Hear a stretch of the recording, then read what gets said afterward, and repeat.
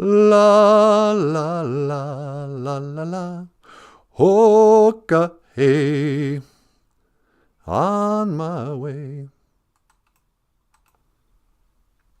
Hello, my name is Elon Omai, and you are watching the Boozhoo Nanaboozhoo live stream.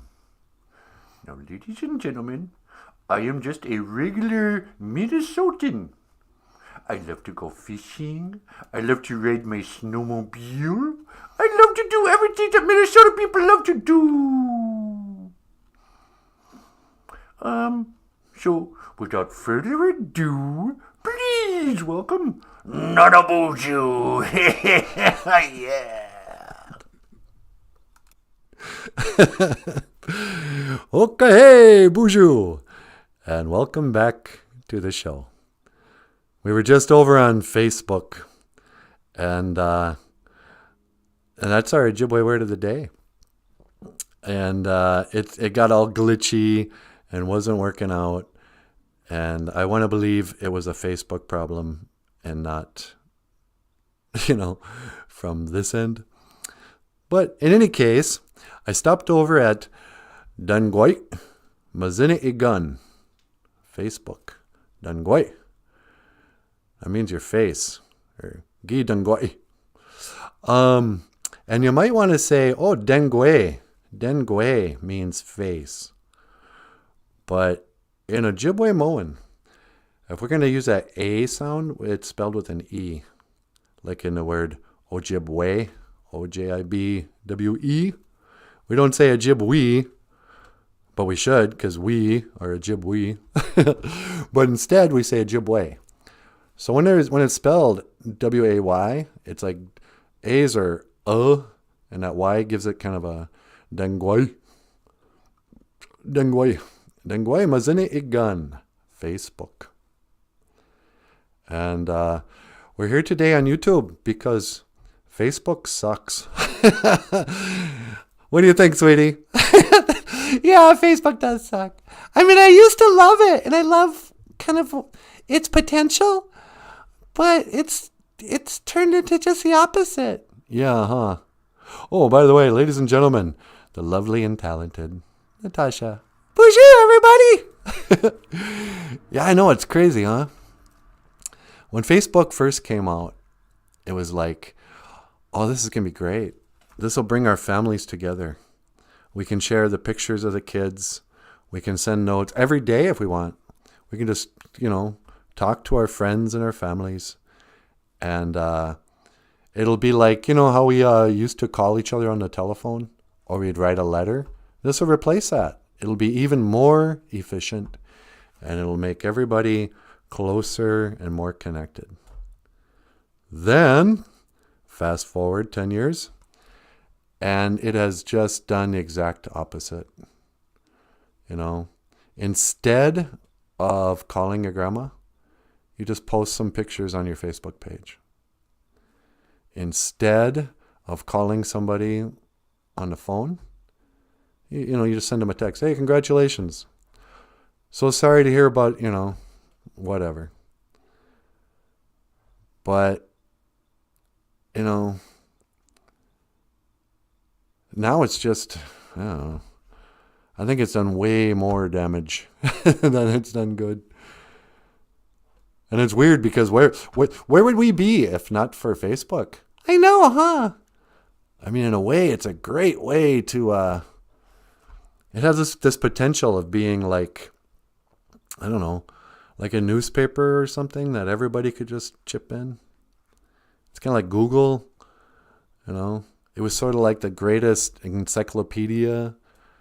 But then it gets all censored and political and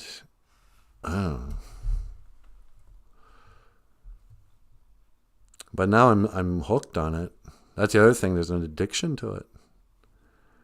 Now I gotta check that stupid Facebook every 2 hours. So Dengwe Mazine Igun Facebook. is our Ojibwe word of the day. And you might be asking, I can hear you say, Nanaboozhoo. How can there possibly be an Ojibwe word for something they didn't have back in the days of the grandfathers? What was that? Just glitched out. Well, hypothetical straw man argument. I say back to you. Yeah, that's absolutely right. There's not really a word for Facebook. We got to put it together. Like, if you're looking at old, what's it called? The Concise Ojibwe, Minnesota Ojibwe Book Dictionary. They call it concise because they left out, like half the available words. But then sometimes they'll have words in there like for airplane. And you're going, well, how did you... And so, I don't know.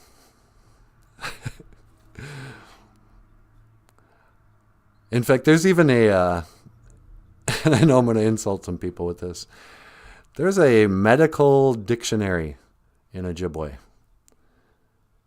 that a bunch of, do-gooders, nitwits got together with tax dollars, did all the research, gathered together about 12, fluent speakers, presumably. And they came up with Ojibwe terms for all these different medical, like for stethoscope or whatever. And you go, oh, that's great. That's what I need when I'm in surgery. Doctor's like, get me some morphine, stat. And they're like, oh, indeed, what is, say it in Ojibwe? And he's like, oh, doggone it. Let me see. How do you say morphine in Ojibwe? It's like, there's no Ojibwe word for stethoscope, and there's no need. And so what I thought was so dumb about that is like, who's that for? Is that for the traditional Ojibwe kid who somehow got to medical school and on an Indian Health Service scholarship, but he doesn't speak any English?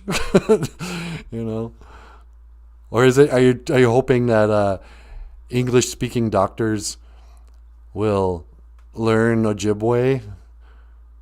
I mean, come on. It was a dumb, and you could tell that they kind of figured out that it was a dumb thing after the fact because they mailed out. So they had this big project. They got a bunch of tax dollars, got some funding from some organization to print up a dictionary of Ojibwe language medical technology. And they did that, and everybody got paid, and they printed up a whole bunch of books, and then they went, what should we do with these books? Oh, we could put them in bookstores. We could sell them. I was like, yeah, I don't think anybody's going to buy a Ojibwe language medical. Hey, Daniel's here. Hey, Boozhoo, Daniel. I don't think anyone's going to buy a book on Ojibwe language medical technology. Or whatever. There's not a market for that. And so they were like, well, I have this mailing list of everybody we know who speaks any Ojibwe. Let's send them all a free copy. And somehow in the circles I ran in, I ended up with 3 of these medical Ojibwe language dictionaries. How many times have I used it? 0. Oh, yeah. Like I heard a debate once. We were sitting around in the tribal college. And this young guy was saying, yeah, man, you're not supposed to get a heart transplant if you're a traditional Indian person. That's not our way, And and I go to this older guy, and I go, is that true? Is that like a traditional thing? And the old man goes, yeah, that kind of sounds like one of them new rules. I mean, how many heart transplants were they performing back in the Columbus days? I'm like, yeah. You can't have a traditional rule about heart surgery. You got to be careful of people who claim to know something, especially traditionally and spiritually. Oh no, it is not the Meday way.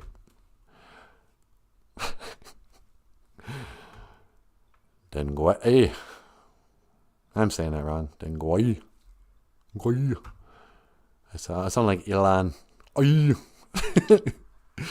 Ilian? Ilian? How do you say that? I don't know. Ilan? Ilan? Yeah.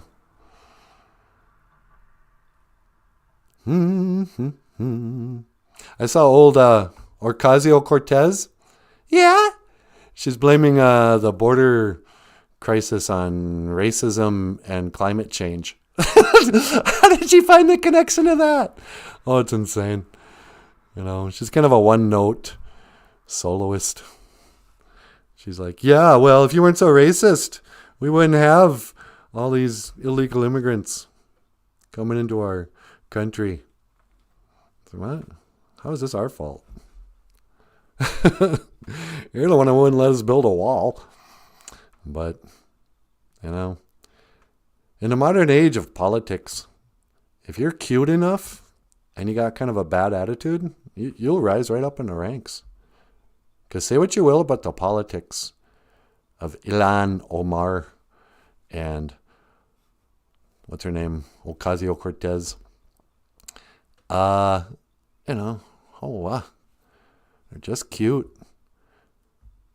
If this politics thing doesn't work out for them, if being liberal doesn't work out, they could always get a job on like Fox News.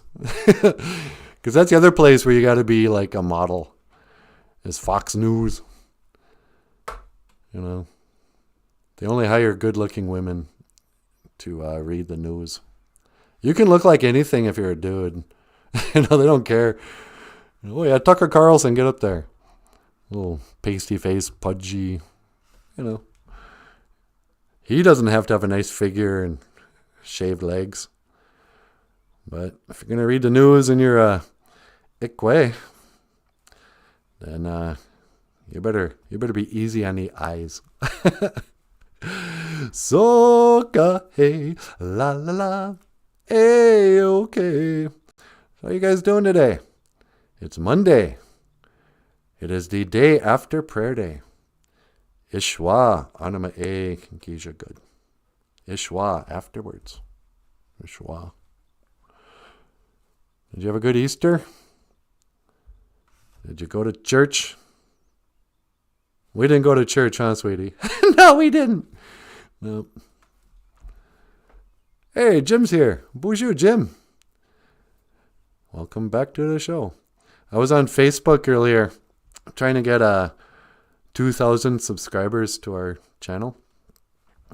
And I went over there, and of course, the video was glitching out. And I can never read the comments. It's designed just terribly to do a live stream, unless you're doing it on your phone. If you do a phone live stream, it's sweet. You just click live. And then all the comments come up over your face and everything. But if you have like a whole OBS studio program like we have here, you're asking for trouble. And then that made me a little crabby. So we've been talking about how Facebook sucks. So here's my question for the Boozhoo crew. Do you think, say one good thing that Facebook has done and one bad thing? Like for me, Facebook has started, our show. Facebook allowed Michael to share his cartoons about the Ojibwe language, and that led to us. Facebook lets you look up what your old girlfriends look like and remind you how lucky you are that they dumped you. And, it's done some good things. But then one bad thing it's done is torn families apart. It's replaced, it's taken the guilt out of, I didn't call my grandmother. Well, that's okay. I posted it's on Facebook. You feel like, and I'm not, I'm no exception to the rule. I do this too. You feel like you had quality time with your brother because you texted back and forth 5 or 6 times. It's not the same as a phone call, and it's not the same as being in person. And then Facebook got so censored and stuff. It like gaslit all the political discourse.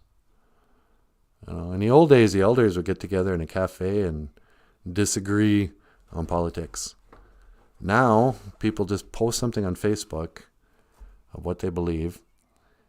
But there's always kind of a mean-spirited twist to it, because it's intended to kind of rile up other people. Like, here's an example.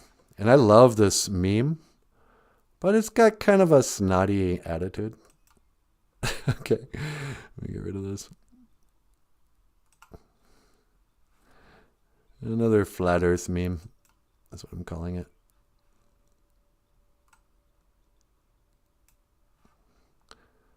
Let me get out of the way here. The magic ball Earth. Small enough to watch ships disappear over the curve, but too big to see the curve at 100,000 feet. Right? So 2 pictures on your Facebook. The magic ball Earth. They say, oh yeah, it's a ball because ships disappear over the curve. But then you go up to 100,000 feet, so like 3 times what airplanes fly at. And there's a totally flat horizon line, completely at eye level. The sun not looking like we were told. It doesn't look like it's 93 million miles away. It looks like it's just floating up there above us. But, it's got the magic ball Earth. Kind of, teasing. Oh, you believe this? You dummies. It's like, well, yeah, so did you before 3 years ago. So instead of just informing people, like what Google and Facebook could have been, like, hey, by the way, look at this. Did you know that there's not really any way to prove that the Earth is a globe? You just have to take NASA's word for it. There's no photos of Earth from space. It's just paintings and composite, whatever. You can have that discussion and go, really? That's weird. But instead it becomes, hey, dummies, don't you still believe everything that, NASA tells you? I bet you think we got a little car driving around on Mars, So this, like, if it wasn't for Facebook, I think maybe it was YouTube, I never would have stumbled across these memes or the videos challenging my worldview, as they say in college. It's truly my worldview, the view of the world. I really thought I was a tiny speck on a tiny blue marble in a vast ocean of nothing. Totally insignificant. And I totally believed that everything just evolved from some sort of explosion of nothing. Like everybody. So in a way, Facebook and YouTube woke me up. But in another way, it's destroyed my community. It's destroyed my country. Destroyed my world. Because now we all hate each other. Now everyone just kind of... we always talk about how awesome it is to be part of a tribe. Oh, we're tribal people. But sometimes that tribe, you can have a tribe of just... it's like everybody kind of falls back into their own corner. Oh yeah, well, I don't want anything to do with you because you're not part of my tribe. It can be divided by race, by class, by your opinions on abortion or guns. And then Facebook, you lay it all out there. It's like, hey, it's a little, signifier. I'm part of this tribe. And again, I'm not saying like I'm not totally guilty of all this. I totally am. Oh, sweetie. Yeah, me too. You okay? Yeah, I just have a cough. I think Natasha's got the Rona. You got the Rona, sweetie? Don't come near me, you leper. Oh, come on. Yeah, I'm just kidding. And that's become kind of the new thing, too. People's not wearing a mask. This is like Bible days. Oh, don't come near me. I don't want to get the Rona. Yeah, but didn't you get a vaccination? Well, yeah. Well, then you're not going to get it, are you? Well, still, put on a mask. Wash your hands. You could give it to me again. Somehow. But you're wearing a mask. Aren't those, doesn't that make you completely invulnerable to disease? Never mind that. Just do what you're told. Let's see. Hey, Grieving Turtle's here. Boozhoo, Grieving Turtle. Mino Giga Jabe. It's nice to see you. Daniel Black says, I like to use it for messages. Oh, I like to use it for messages, but to talk on the landlines to my sister in Canada, it can bring emotions to the forefront. Yeah. It's not the same thing. It gives you an excuse not to call. And I'm guilty of that. I don't know. I'm not going to just get off Facebook or YouTube. That's not a goal of mine. But I don't know what to do about it. What if I just sat here quietly for an hour? I wonder how long the Boozhoo crew would just hang around. It says,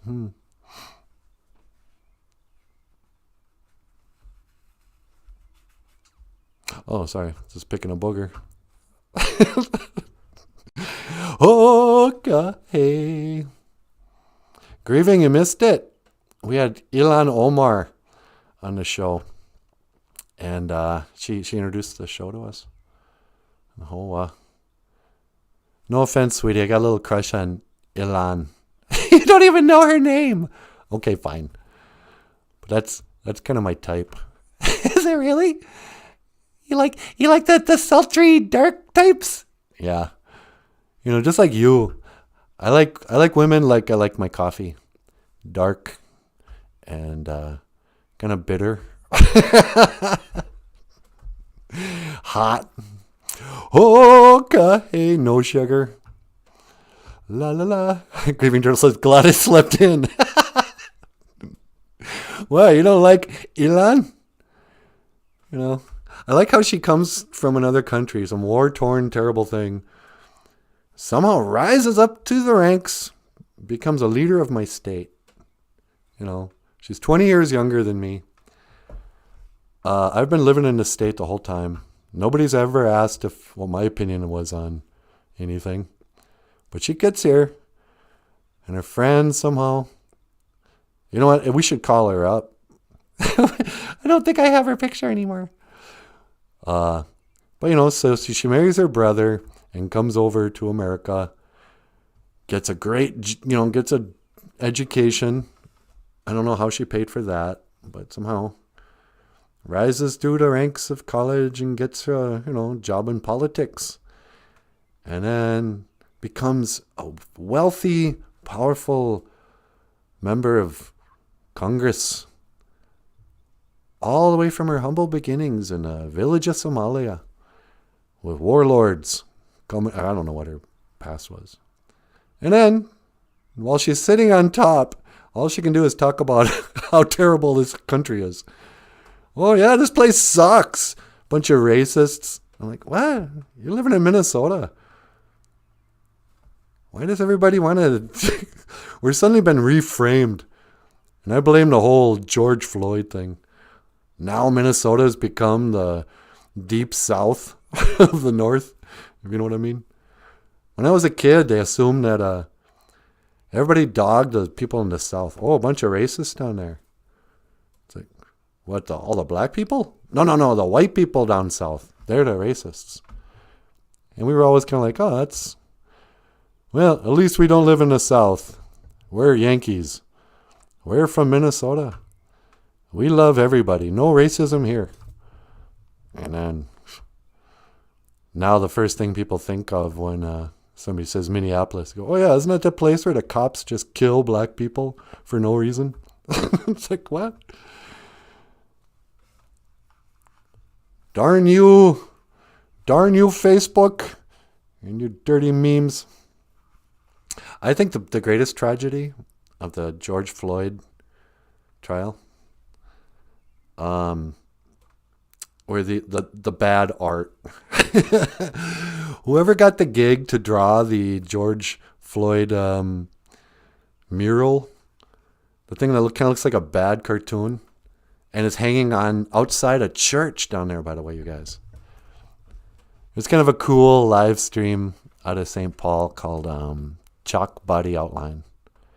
And there's this young hipster dude who just goes through all the conspiracy theories. And but he brought his camera down to the whatever they call those zones, like the Chaz in Portland last summer. Well, Minneapolis has one now, where the cops can't come into the neighborhood, and it's just graffiti and flowers and garbage and people selling T-shirts. Not my president with Donald Trump is a discount now, but so it's just a lawless, war zone. I don't know what the problem is down there. But there's a church on Easter Sunday. He's walking by and he puts his camera up to this church in St. Paul or Minneapolis. Was it Minneapolis where George Floyd died? Anyway, at that same block, that store, by the way, has been closed down. Those poor guys. They're just like, hey, this is just a napkin with the number 20 and a dollar sign on it. This isn't a dollar bill. And all that craziness happens. But it's just turned into a shrine. Just a crazy, I don't know what to call it. It's like an outdoor concert for George Floyd, 24 hours a day. Like a festival. But they have a church and a big old mural poster thing of George Floyd's face. That line drawing thing, whereas nobody wants to say it, but they drew the lips way too big. And it kind of looks like like his driver's license ID. And then Black Lives Matter. And I'm like, oh, nice church.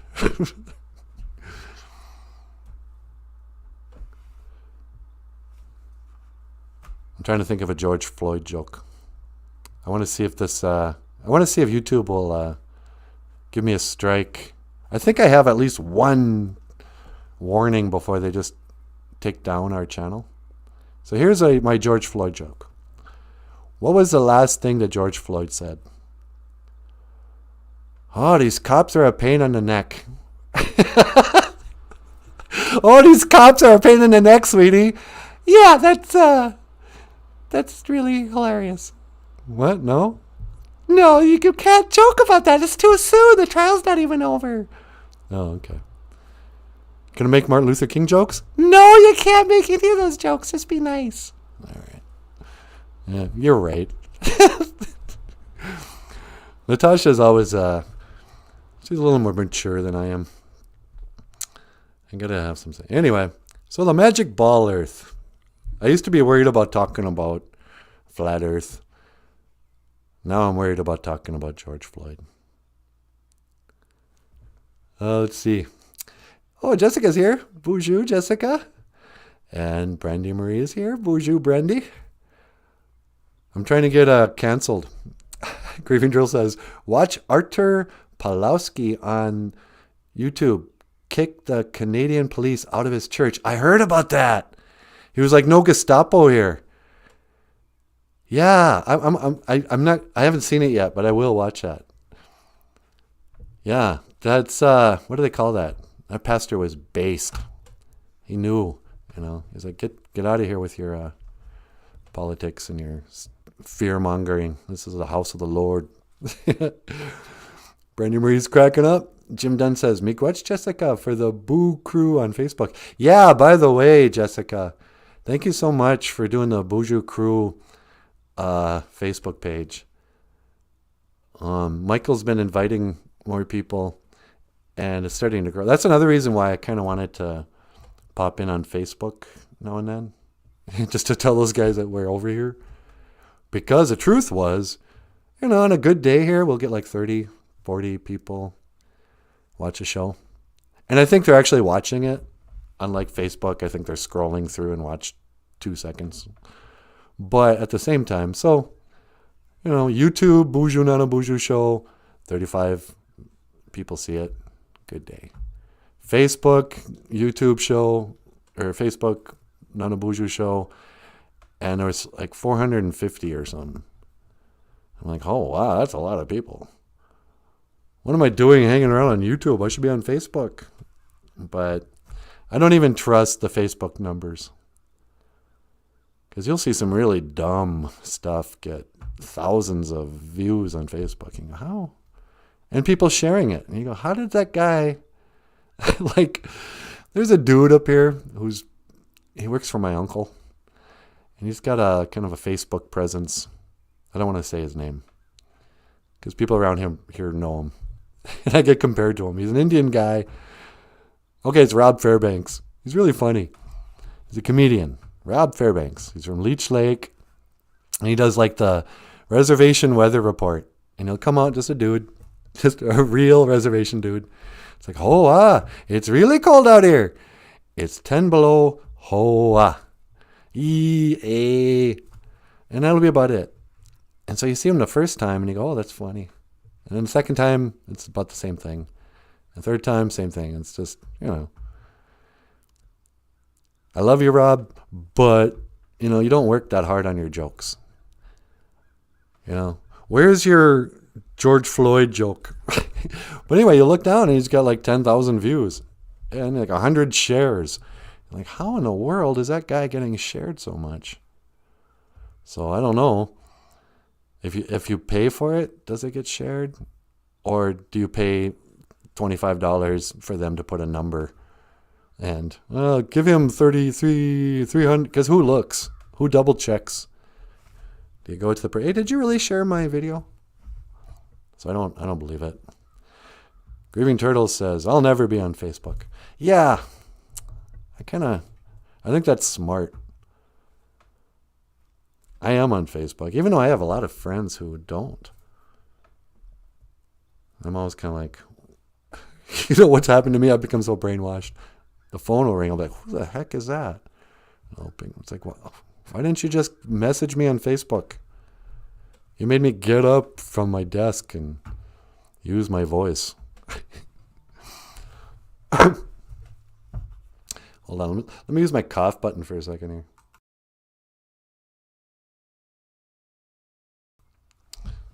Hi. All right, let's see what's going on down here with the Boozhoo crew. Jessica says, you're welcome. The Facebook group is so fun. I'm glad so many people are joining there. Oh, good. I'm glad you're having fun in Jessica. Jessica Gonzalez says, can't blame you, Grieving Turtle. There's a lot of unlikable things about Facebook. I wouldn't have it if not for keeping in touch with faraway family. Yeah, exactly. Same here. I've got family in Norway. I got nieces who live in Norway. And an ex-sister-in-law. I can't call Norway. But, so, yeah. And I like to stalk ex-girlfriends. It's like, oh, wow, she's really put on the weight.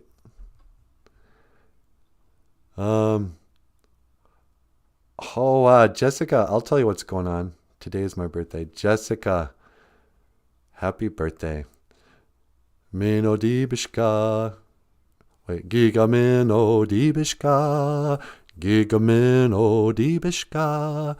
Giga mino dibishka. Giga mino dibishka. Jessica Gonzalez. Happy birthday. Happy 29th birthday. I have no idea how old she is. I don't think women like to celebrate after 29. Do you think so? Yeah. I had a friend who was like, hey, come on over. I'm celebrating the 12th anniversary of my 29th birthday.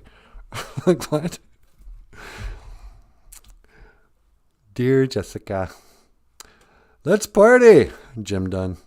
Jim's looking for any reason to break open a beer at this time in the morning. No, Jim, this is not the time. 35. Oh, yeah, I guess I knew that. I knew she was 34. 35. Feeling alive at 35. Well, you're halfway to 70. 35. When I was 35 years old, I was really fed up. I felt older at 35 than I do now. I felt like my life was running away with itself. I was getting older every day. And I noticed all this stuff. And it bothered me. I felt like time was running out. Did you ever feel that way, sweetie? Yeah, when I was like 35, I felt like, I better get my life in order. It should have been there by now. Yeah, huh? Yeah, a lot of people are hard on themselves in their 30s. By the time you get in your 50s, you start to treat yourself with a little more loving kindness. You're like, start seeing stuff with the great thing about getting older is you can start to qualify stuff. You can say, well, that's not so bad for 54. So, look at me. Look how much I lifted. That's a lot for 54. I've never said that, actually. I don't lift weights. I mean, I do once in a while for 2-3 minutes. A little 10 pound barbells. And then the song will be over and I'll be done with my workout. A 1-song workout. How long is a song? 3.5 minutes? But as you get older and you start to compare yourself and you start to lose friends from high school to, age-related problems, I don't know. I had big ambitions in my 30s that were not, I was not reaching at all. And, I have a little bit more money now, generally speaking. But I always felt so impoverished in my 30s. I just felt, just living just day to day for years. And it's all right, I got $23. I can buy this and that, and then they'll take me to Tuesday. If I don't, blah, blah, blah. Okay, don't pay this bill, and I should be fine. 2 paychecks from now, I should be back on my feet. Was how I did my bills for about 10, 15 years, 20 years. And then by the time you're in your 50s, you'll learn to just pay off the bills quickly. It's better to have no money, but your bills are paid, than to have $25 in the bank, you're guarding and not spending, going, and still not have no bills paid. What am I talking about? I don't know. You're giving advice on bills. Yeah. Well, because Jessica's only 35. She's just a youngin'. Jessica, you're surrounded by your elders here. I hope you know that. You showed up one day, you're like, hey, what's this little kid show? I'm going to watch this puppet show. And what happened? Bunch of Gen Xers. bunch of rejects from the Breakfast Club. You met us. So you're going to get advice once in a while. I'm sorry. Sorry, not sorry.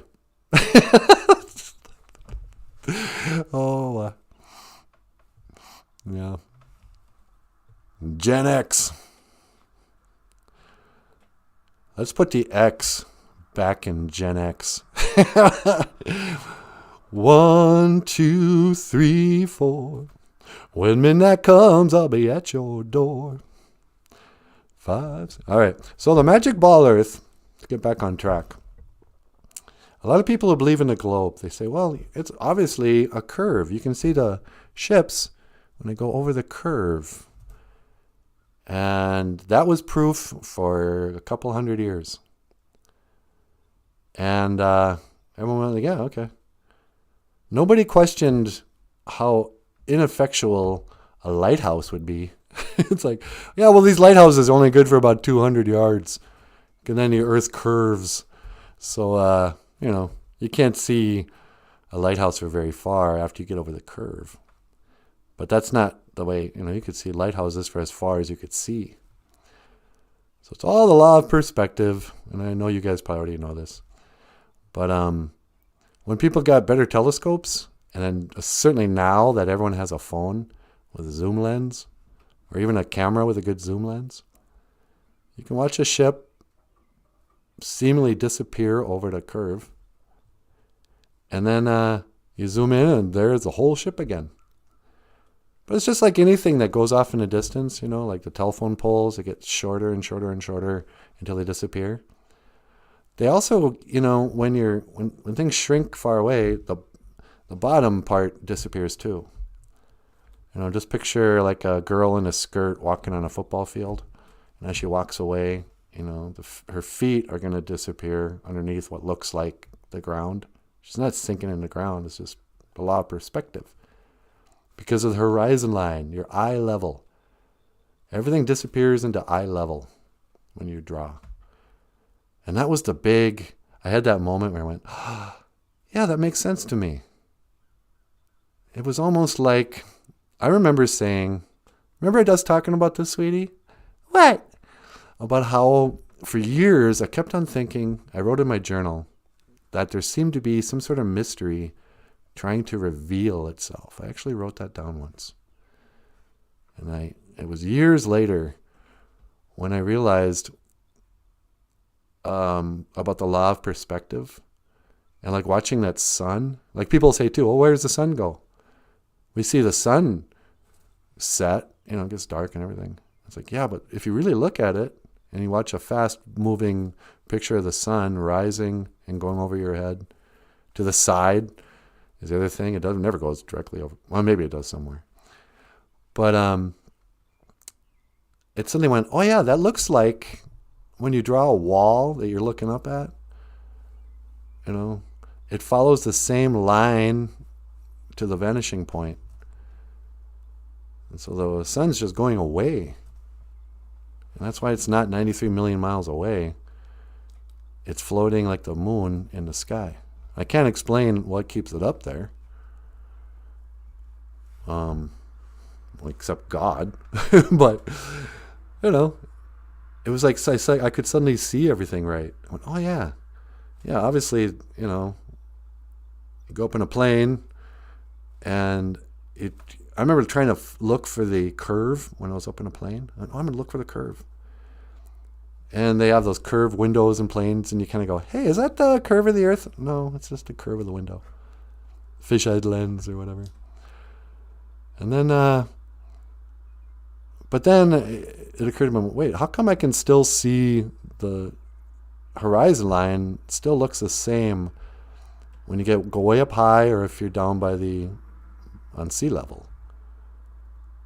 The only way, if it was on a ball, the higher up, the horizon line would go down. Like if you're a little ant on a basketball.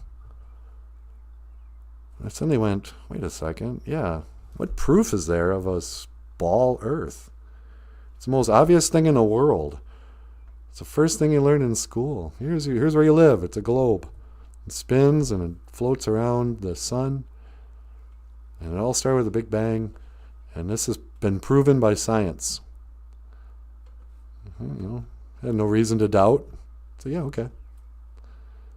If anything, it made me go, well, the Bible's obviously nonsense. We've proven that it's not what the Bible says. I don't know, the details, but yeah, I accepted that Earth was a spinning ball, basketball. Kind of picture God's finger being like Kareem Abdul-Jabbar, spinning a basketball on it. But then because of YouTube, until they censored all of it, which also tells you it's totally 100% true if they don't dare let the truth out, if you got to censor it. I heard this saying, it was kind of cool. It goes, you don't need to defend the truth. the truth will defend itself. Is that what the saying was? I can't remember. Anyway, so yeah, you go all the way up and it's still flat, just like the ocean, all the way up. And so, do I have any other pictures of I have a couple in the files. But, so I feel indebted to the sharing of knowledge and information or whatever that Facebook and YouTube have done for me. But, I don't know, it's just like the yin-yang. The old yin-yang symbol, which I also learned to believe was the symbol of the earth. You know, how one side's in darkness and there's a little light in the middle of it. And the other side is in lightness and there's a little black dot. The little black dot's the sun, the little white dot's the moon. And we are round, like a pizza. The pizza's round, but we're not a ball. And they don't want us to know that.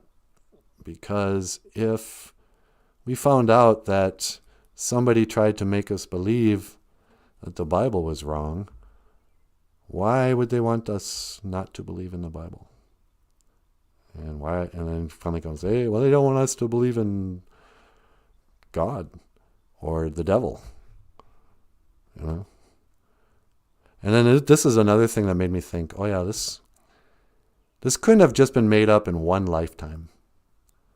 It couldn't be, you know, evil men, bad guys. They have like an evil plan. Like say you were an evil guy and you wanted to fool people to believe that God wasn't real. You know, you might come up with a good movie or something, but you couldn't set your plan into motion to last for generations. So for hundreds of years now, and not thousands, but for like 400 years, 500 years, yeah, it goes back to Columbus again. You know, we learned early on not to trust history because of Columbus. They said, oh yeah, the Columbus story is nonsense. And that was a great gift. Because when I was a little kid, that was something I did learn in school. Don't trust what's in the books. Because they'll tell you Columbus discovered America. But it's more than that. They also tell you Columbus was going to prove the earth was round. Well, I don't even believe that, but it does tell you that in 1492, not everybody thought the earth was round. In fact, before 1492, there was no such thing as a globe. That's another thing I learned. The first globe ever made was 1492. Coincidentally enough. And the story is, oh yeah, they took a map because they knew the earth was round, but they wrote it on a map to help people just navigate. But then they wrapped that map around a ball. And so that's what made the globe. Like, nope. They had the map right, a flat, round thing like the United Nations flag. That's, that's where the continents are laid out. But it wasn't until the Nazi scientists and the rocket engineers from Germany came over and started NASA and started shooting their rockets up that they hit the firmament. And then they had to come up with a plan to hide that. I think there were probably a lot of people in the 40s who were surprised, as I was, to find out that rockets can't be shot into outer space.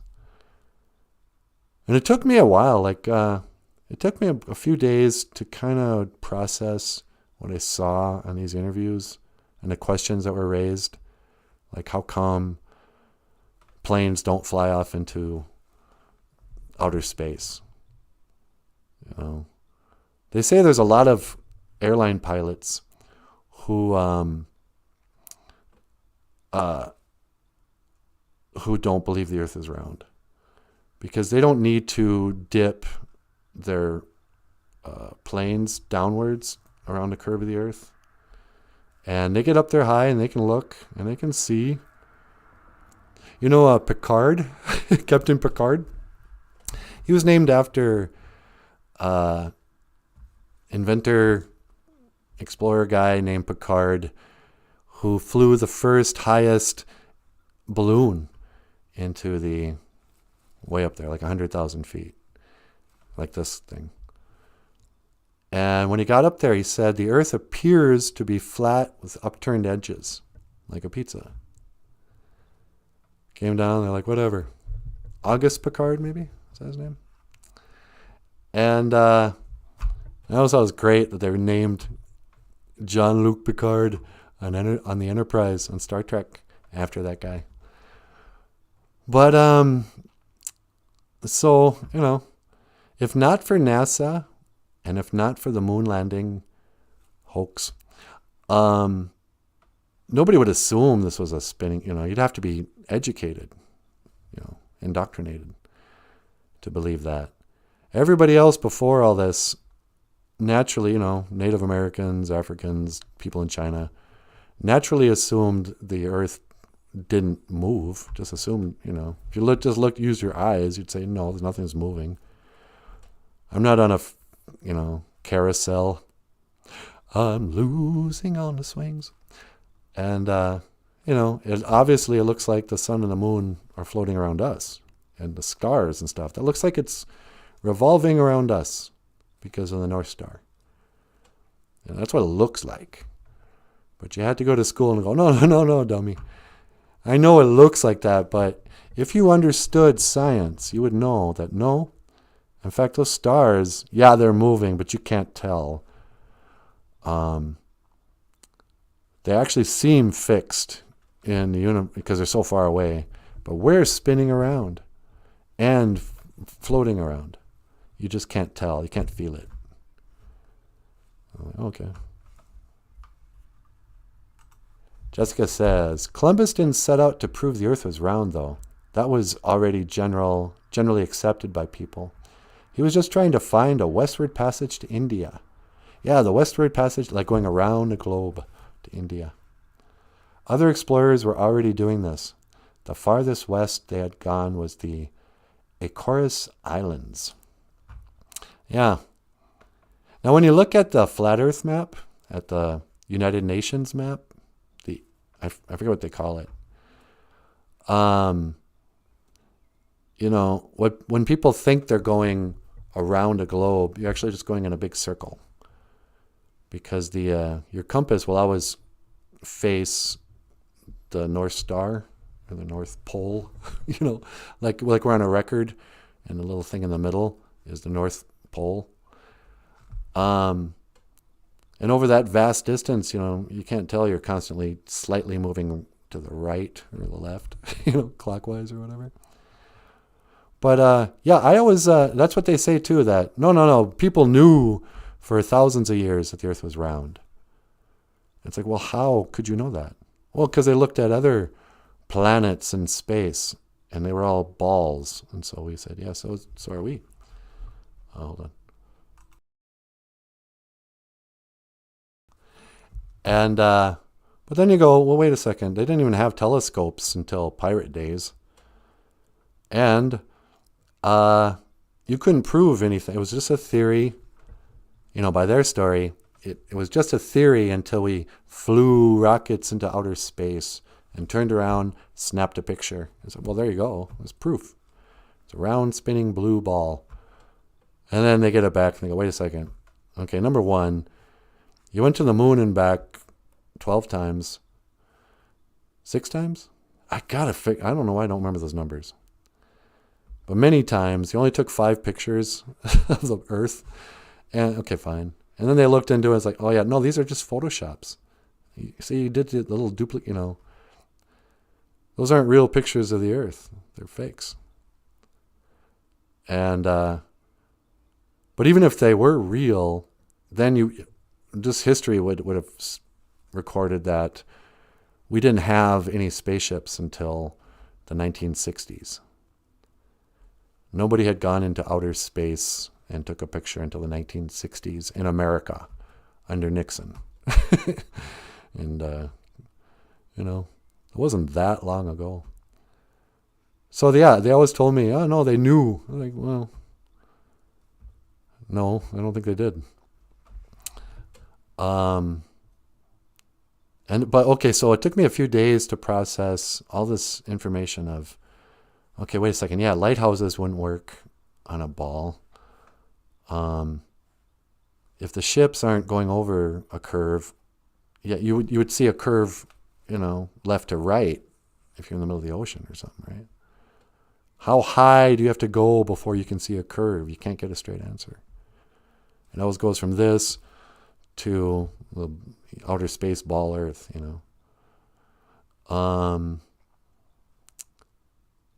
took a few days, and it blew my mind, because I had to reconsider a creator. And then, but after about 3 days, I went, okay, wait a second. So it's a dome, and we're underwater. Well, what is outer space? And then it finally clicked. Went, no, the whole outer space, no outer space. Not only is there no evidence for a ball spinning curved Earth, there's no evidence that, the thing we look at night with all the lights in it, that's black. We're picturing outer space like Star Trek. That's not proof. That's a fantasy. Why is it blue during the day? Einstein, the creep, liar, thief who married his cousin and then dumped her for his cousin's daughter. Albert Einstein called that it was called something. It was like a riddle or whatever. Because his explanation was it's light refractory, that the blue light travels slower than the red light because of red shift, more nonsense stuff they made up about how they can measure how far away a star is. Oh, we got this special math equation and a telescope. They came up with red shift long before they had computers. So a man with a telescope and a feather quill and a piece of paper sat down, looked in there, and went, okay. Now, to my mathematical equations, using the redshift equation, which I learned in college, by the way. If you take astronomy in college, you learn one math equation, the redshift. And it's not that complicated. But anyway, you do a math equation which will give you the distance of a star. And nobody calls BS on that. But so after a couple of weeks, I went, okay, wait a second. So space itself was made up too? Well, if the moon and the sun are not that far away, and they're not floating outside of a ball or whatever, they're inside of an enclosed dome underwater, then I had to give up space. And I'll be honest, part of me was relieved to think that I was not going to get abducted by aliens. And now part of me thinks I still could, because who knows what a gray alien is. But yeah, it took a while to wake up. Gosh, cozy. I don't know. If you find yourself getting kind of angry with me right now, I understand that. There's part of when I was hearing about that, I remember mocking and getting annoyed and losing all respect the first time I heard about somebody not say they believed in the earth was round. There's this lady on some talk show, and the one lady goes, "Don't you believe the earth is round?" And she goes, "I don't know what it is." And I went, "Oh, for crying out loud, what an idiot." I'm so sick of these people who won't even commit to making any claim of absolute truth. Yes, the earth is round. Yes, water is wet. Can we stop making everything a philosophical, whatever. But I had like this angry response. And I think that was part of the in brainwashing. You know, they didn't do it on purpose. Because, you know, my teachers were nice. They didn't know the truth and were trying to trick kids. But somehow in our education, we not only learn that our senses deceive us, that even though it looks like the sun and the moon are moving, they're not. We also learn to mock and laugh and have some kind of derision for people who didn't believe this particular thing.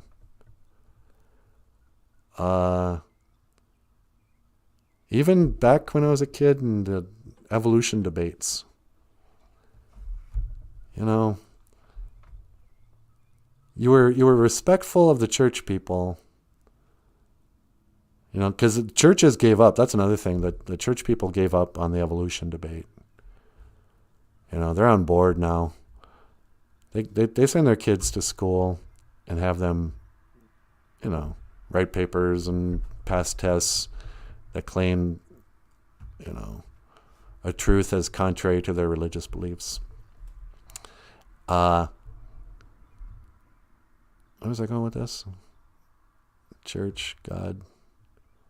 Oh, the teachers weren't trying to fool us, but somehow I learned intolerance of any other explanation. You know, I guess it kind of goes along with we turned scientists into celebrities, and made it a thing to, if you question the authorities, scientific, well, you're a science denier. You know, that's why people get so bent out of shape about vaccinations. You're not allowed to just question it. Go, wait, what's in it? You know, who are you guys telling us to put this unknown substance in our blood? See, this will get me taken down. But, you know, it's a touchy subject. I don't like to bring it up with my family, because people get real triggered. They get defensive. It's like, well, if you don't take it, what must you think of me that I took it? Do you think I'm a fool? I said, what? No, I didn't say that. Well, clearly one of us is an idiot. Either I'm an idiot for believing the scientists, or you're an idiot for not. You're like, wait, why does this have to be like that? I'm just asking questions. You know, I've lost friends over the flat earth thing. You know, people who just immediately lost all respect for me. They would tell me, don't ever tell anybody what you just said to me. No one will ever listen to anything you say again. One of my best friends said that to me. But he was triggered. It was like he was brainwashed or something. I wasn't allowed. That was the one thing I couldn't. And it's really close. It's a stone's throw from saying they faked the moon landing. People get emotionally. So what? You calling them liars? Or are you calling me a fool for believing a liar? It's like, easy. I'm just saying there's no evidence for it, except their word. You know, these pictures are fake. They're not debating that. All the pictures of Earth from so-called space are not photographs like you would think. They're paintings and computer-generated images. This is the only picture from space you're ever going to find. Right above the horizon, 100,000 feet. I don't know how high up the dome goes, but you can't just fly for 1 million miles away and land on a red rock with a parachute and send perfectly clear photo images all the way back through what? Radio waves? I didn't think there was anything in space. I thought it was a vacuum. What are the radio waves and the light waves? They gave us just enough education to shut us up. They told us just enough to make us think that, well, somebody else understands this. I'm the dumb one if I have a hard time believing they have a remote control car, however far away Mars is supposed to be, millions of miles. And that's when I became a conspiracy theorist, I guess. No, it was way before that. It was Santa Claus. All right. Grieving Turtle says, in Hebrew, tur means mountain or hill, and tel means watery area or dew. Thus, true tel means mountain of moisture. Nifty, eh? Interesting. A true tel is a mountain of moisture. Jessica says, for me personally, the more I study astronomy, the more I see proof of a creator. Yeah, me too. Everything is so specifically placed. If that were not so, life on Earth would not be possible. Yeah, I remember my mom once, she said the reason she believed in God, and now she doesn't anymore. It's troubling. Or maybe she does, I don't know. My mom's she was the original, liberal Christian back in the old days. And now in her later years, I think she's lost a lot of her faith. But she used to say she believed in God because nowhere else in the universe can life exist except a small little strip of atmosphere between the Earth and outer space. Just that shows proof that a creator created a place where living things could inhabit it. And I was like, yeah, that makes a lot of sense. What doesn't make sense is why did he waste all this other space in the universe? Why did he create such a dangerous, deadly sea of nothingness and just put us on one tiny speck of dust? And it would still be decades before I would question the model of the universe. But yeah, that's what made me revisit, I guess, Christianity more than anything, the Bible. I had been a seeker forever. I was raised in a church, and as a young adult and through most of my 30s and 40s, kind of followed a traditional way, studied some Buddhism, studied some Theosophy, and New Age. I was really into New Age stuff. Hated the term New Age because I thought it was dismissive, but when I started to study the Earth and the flat Earth theory and learned about evolution and about what their model is, then I started to go, wait, that can't make any sense. Why would there be constellations if we're moving through space? Because, the universe is expanding, and we're spinning, and we're rotating. Just in 1 year, that should change our perspective of the constellations. And NASA always has a confusing, no straight answer. That's what NASA stands for. Never a straight answer. It's so far away that even after all these thousands of years, you can still see Orion's belt, It's no, those stars aren't moving. I mean, they are, but they're not relative to each other. It's a fixed pattern up there, like the Bible says, for signs and seasons. And that's why you could follow the stars. Follow your star. You can't follow a star out in space. You're zooping around. And again, I don't mean to sound like I never believed it. It's only been a couple of years since I gave up all my, former education. Grieving Trill says, I suppose we shouldn't care about what the stranger put into a mixed drink either on a first date. Yeah. Let's see. But why is it a waste? The Bible says the stars are placed in the heavens to be signs and to mark the seasons. They're important and they were placed for a reason. Yeah, exactly. The Bible says they were placed in the heavens or the firmament. They were actually placed in the dome, within the dome. I'm not sure how it works, if it's the dome is moving or how that works. But it's not way millions and millions of light years away, way farther than you can ever imagine. It's just right up there. And they're little. They're much smaller than the sun and the moon. But we're told just the opposite. They're way bigger than the whole planet. But God put them in the firmament to be signs and to mark the seasons. Because it's true, when it rotates around and gets like in December, I think, in the winter, in January, for sure, I can always see Orion's belt. Because during that time of year, the stars swing around, and I don't pay any attention to stars most of the time. But I always see Orion's belt. Those 3 stars in a line. And so did Jesus. And so did Orion or whoever.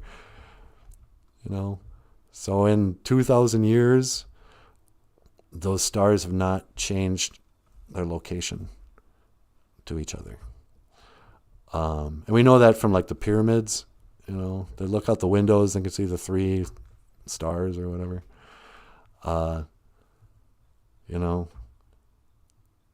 So it's not consistent. All this other evidence that we're not moving, and that sea level, it's a level, flat water in a glass always finds its level. You're never gonna see anywhere, any circumstance where the water is curving on like a hill. Oh, is that what you were talking about, Grieving, with the mountain of water?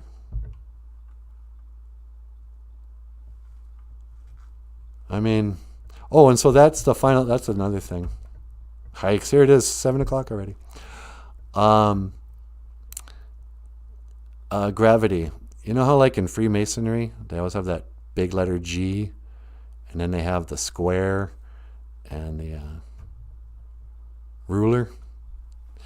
The G stands for gravity.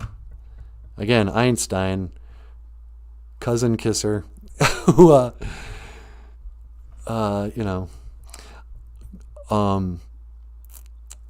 he said that gravity, it can explain everything. How come the water doesn't fall off? Oh, gravity holds it into the earth. Here's a math equation. It's gravity. And you go, well, how come, the atmosphere, sphere, how come the air doesn't just float away into space? Oh, well, gravity. It gets lighter and lighter until, boop, when you get up to the International Space Station, you can just float around, because that's real too. That's fake too. Turtle. Turtle. Oh, that is good. Like a turtle, like Turtle Island. How did they know North America was shaped like a turtle? To get up pretty high. I think they had rockets back in Indian days. So, yeah. I mean, your world view. And if it wasn't true, they wouldn't try to hide it. They would say, yeah, you can live and die with your dumb ideas. Because, so the same friend who, called me a fool for not believing in the ball theory, we went and saw The Matrix together. And had long, conversations about, what if this is all a dream? What if we live in the Matrix? What if everything's an illusion? No problem. Oh, by the way, this guy's an atheist. I think atheists, maybe that's what it is. I was never quite an atheist, but my buddy was. And so if an atheist hears, evidence of God, maybe something triggers to really, I bet you that has something to do with it. Because that dude ended our friendship based on this. You would think I just said something unforgivable. And there's probably nothing I could have done to ruin our friendship. I could have said something racist. I bet you, we were so close, I probably could have cheated on, I probably could have stolen his girlfriend, and we'd still be friends. But this one issue, really got in his craw and made him lose all respect for me and made him very defensive. And now we're not friends anymore. I'm sad. Jessica says, I think the firmament was the waters surrounding the earth before the flood. There's evidence that things grew larger on earth a long, long time ago. Water surrounding the earth would have supported larger life like a greenhouse. Yeah, I've heard about that too. Like the trees used to be huge, going all the way up. And I think the waters are above and below. Like there's a Bible scripture that says, in the beginning God separated the waters from the waters, and darkness was on the face of the deep. And he said, let there be light. But he didn't put the sun and the moon until the fourth day, which is interesting. Light might not actually come from the sun. But that's a whole different rabbit hole. Jessica says, the Bible suggests that it had never rained prior to the flood. Really? It never rained before the flood? Huh. No wonder nobody believed Noah. I never heard that before. Have you heard that, Grieving Turtle? Was the flood the first rain? Wow, that's interesting. And again, I used to mock the idea of a flood. If you believed in a flood, I was like, oh, really? Because it's impossible on a ball. Well, they flooded okay, that's a lot of rain. What, did all the oceans dry up and become cloud? What? But again, by that time, I had thought every story in the Bible was like a kid's story. Oh, once upon a time, as Jonah, he got swallowed by a whale. But he prayed to God, and God made the whale spit him out. The end. Moral of the story? Always do what your parents tell you. Or whatever. I don't know. Sweetie, I went down the rabbit hole again. I got nothing else done. I know. But whatever. People like to hear about this. Yeah, okay. Let's see. Jessica says, yeah, they were like water falling from the sky. You're nuts, dude. That must have blown everyone's mind. Where just suddenly the lakes just dump on you. There's a lot of evidence too of, the mud flood, they call it. Every town that has buildings that are halfway under mud, and we don't ever call that, but we all know it. And you walk by a building, how come there's a steps all the way down, there's a whole other floor, basements in general, that not like in your house. You need a basement in your house to put the water heater in that. But like at the colleges, these massive, beautiful buildings covered in dirt up, they cover up windows. And every building, our memories of our own history are so short. Like here in Bemidji, you walk around downtown, you say, oh, there's the courthouse. When was it made? Oh, 1900. Just far enough ago that nobody remembers. And there's no pictures. And apparently when it was first made, they had these big, beautiful windows in front that they bricked over. Oh, yeah, well, there must have been a big storm. And so when the big storm came through, it broke out all the windows. And then instead of replacing it with glass, they bricked them up. And you go, oh, that's a shame. That picture of that was gorgeous. Those enormous, now it's just a framed brick area. What? Was there some sort of, was that the flood? Is this, people in the Middle East, like I'm really starting to warm up to the Nation of Islam, to the Muslims. Those guys, whenever they talk about Jesus, they say, what do they say? Allah rest his soul, or peace be upon him. The Muslims totally get Jesus. I don't think they think he was the Son of God, and who knows what that's about. But they give him respect for being this, one of the greatest prophet. I guess after Muhammad, I don't know. But they show respect to Jesus. They believe Jesus. And they believe that the ark is over there. You can, they go, yeah, it's up in that mountain there. And there's pictures of a great big old boat covered in weeds and moss and stuff. And, how did this boat get up in this mountain? Well, it can't be that. That's ridiculous. Because wouldn't that be like 5,000 years ago? Oh, but you believe in dinosaur bones. You believe they somehow found the bones of dinosaurs. Why wouldn't they have a boat? Well, you see, if you understood science, the bones get preserved in oil. Oh, I thought the oil was, decaying dinosaur bones, fossil fuels. Yeah, but sometimes the tar. Anyway, come to our dinosaur museum. Oh, are these the dinosaur bones? No, these are replicas. Because the real bones, this is no joke, are radioactive. That's what they say. We had to paint them with lead paint, or the radioactive dinosaur bones would give you cancer. So we took some chicken bones and a plaster of Paris and some stuff, and we made this Tyrannosaurus Rex. How come it can't stand on its own? Never mind. Just write this down. It's going to be a test on Friday. All right. So, Daniel's got to go, so I do too. Daniel says, things to do, bum up B, and have a fun day. Laters. You too, brother. Jessica says, later, Daniel. Jessica says, there's an awesome documentary about the discovery of Noah's Ark. I'll post it on the Facebook page later. Yeah, thanks. I'll try to find some of my Facebook memes too, and maybe I'll post that. But before I go, one more time, Jessica, on behalf of all of us here at the Boozhoo crew, you're in our hearts. Have a very happy birthday. Giga Minnow Dibishka. Giga, like in Giga Wabamin. You have a happy birthday.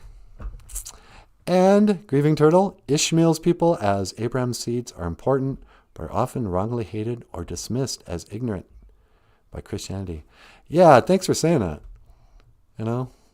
Again, Facebook kind of pitted us against each other with little memes about, if you even draw a picture of Muhammad, they kill you. It's like, well, I'd kind of like to, here's my last word on that. Apparently, Vincent van Gogh's grandson or great-grandson was stabbed to death by Islamic fundamentalists for drawing a picture of the Muhammad, is what they said. And I remember I was outraged. And I started drawing pictures of Muhammad. And, nobody saw him because I didn't have a Facebook page at the time. But I remember thinking, what a bunch of barbarians. Again, barbarians. Who are the barbarians? You mean the Tartarians? But, I feel like I was kind of gaslit to hate them. And then I studied a little more Van Gogh, and I went, you know what? I want to stab Van Gogh. I don't care what he drew. I'd rather stab the original Van Gogh for being such a crappy painter. All right. No problem, Jessica. All right, sweetie. You didn't get on the show this morning. You want to start the show tomorrow? Sure. All right. Ladies and gentlemen, to end the show today, I would like to share one more meme. Let's get rid of this ridiculous flat earth meme. How can you not believe the earth is round? Didn't you pay any attention? You know what I paid attention to in school? Lionel Richie. Boozhoo Nanaboozhoo, 'cause I wonder what you are, and I wonder where you go. La-di-da. Boozhoo. Hello. Nina Endowamud. Nina Endowamud. Hello. Is it me you're looking for? 'Cause I wonder what you do. Gigawabamin Minoa. I will see you again. Oh. And I wonder where you go. La